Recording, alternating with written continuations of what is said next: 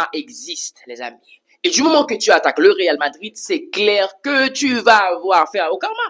Il est important de bien parler du Real Madrid. Est-ce que vous vous souvenez de cette petite fiotte qu'on appelle Pablo Maffeo? Ce gars qui avait dit à Vinicius que si il vient sur une ring de boxe, qu'ils allaient écraser Vinicius. Vous vous souvenez de ce gars? Alors les amis, la nouvelle est tombée.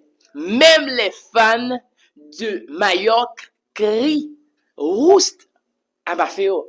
Même les fans de Mallorca disent à Maffeo qu'il ne veut plus voir sa tête. Que Maffeo, ce gars, il est nul, qu'il doit chercher un autre club pour jouer. Maffeo, il parle, il fanfaronne beaucoup, ils disent, il va faire ceci, il va faire cela. Du moment qu'il monte sur le terrain, rien de tout ça. Et là, il parlait, il s'autoproclame d'être un anti-Real Madrid. J'ai parlé avec quelques amis, quand il y avait cette histoire avec Vinicius, j'avais dit que, Maffeo, moi je vois que ce petit-là, il a un problème de la tête.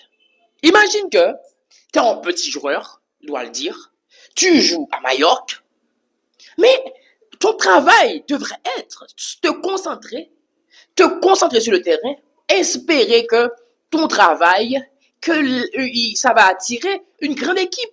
Au moins, si tu étais au FC Barcelone, j'aurais compris que tu parlais comme ça.